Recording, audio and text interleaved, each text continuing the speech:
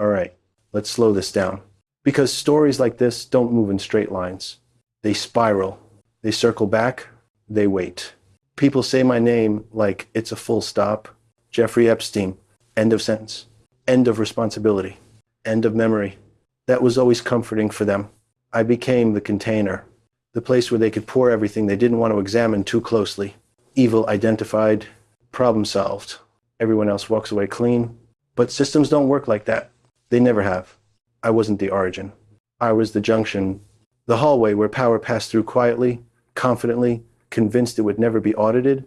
And Donald Trump was never lost in that hallway. He knew exactly where he was. I met him in a world where rules bent easily, where money spoke first, where status was a shield. He didn't arrive cautiously. He arrived like the room already belonged to him. That's what you see in those photographs now. The ones people call smoking gun. Not shock, not confusion, not regret. Comfort. Planes where laughter came too easily. Parties where age blurred because no one powerful wanted clarity. Private spaces where no one asked the kind of questions that end invitations. People keep asking why faces are redacted, as if redaction means uncertainty. It doesn't. It means survival. Those women lived. They carried the memory long after the men assumed memory could be negotiated away. You see Trump standing near them, smiling, leaning in, at ease. A man who doesn't look like he wandered somewhere he shouldn't be. A man who looks like he belonged. That's the part no denial can erase. And then there are the objects, the things people wish weren't photographed. They want to call them props, artifacts, misinterpretations. But objects tell the truth when people won't. Condoms branded with his name, gloves, restraints. Gags with warranty cards like they were appliances. Not hidden, not shocking, just present. Those weren't curiosities. They were tools. They describe an environment. They describe intention. Trump didn't recoil from that world. He didn't ask questions. He didn't leave. He stayed. People ask why so many photos exist. 95,000. That number scares them. It shouldn't. Documentation is currency in elite spaces. Everyone documents because documentation creates leverage. Insurance, memory that can't be rewritten later. Only 19 images released so far. 19. And already the narrative fractures. Already the voices rise. Already the talking points collide with one another. Imagine what happens when the rest surface. Congress speaks carefully now. Redactions, processes, protection, that's not delay. That's restraint. Because once you release something like this, it doesn't return quietly to the archive. The Department of Justice understands that. That's why they mobilize teams, analysts, lawyers, redactors, thousands of pages moving through careful hands. Not because of me. I'm no longer useful because of who appears too often, who shows up where they swore they never were, who stands too close to stories that refuse to stay buried. Trump says he barely knew me, says he was never around, never involved, never there. Never is a dangerous word. It demands perfection, and perfection collapses the moment one photo exists. Emails surfaced, messages passed between people who thought time was protection, jokes that only make sense if the truth was already understood. He spent hours at my house. That wasn't speculation. That was known. He knew the girls. He knew the arrangement. He knew how that world functioned.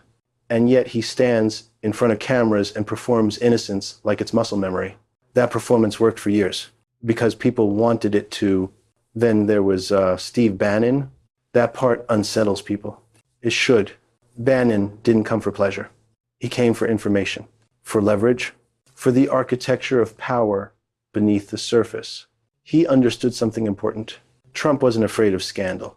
Trump was afraid of losing control over the narrative. That's why those meetings mattered. That's why the photos matter, because they don't argue. They don't editorialize. They don't shout. They just exist. Ghislaine understood that too. She understands silence better than anyone. That's why she won't speak publicly now.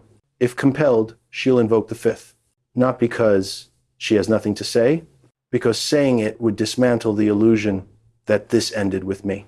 She received treatment others never would, transfers, comfort, distance from the people she harmed.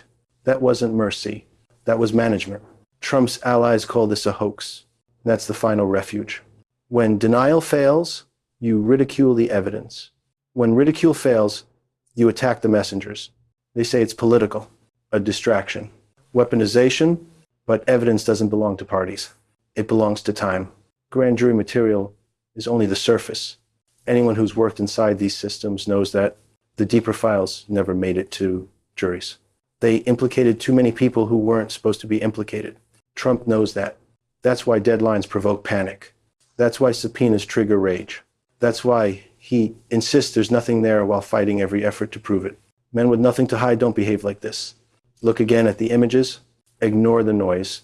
Study posture, proximity, ease. This isn't a man stumbling into something he didn't understand. This is a man operating inside a system that rewarded entitlement.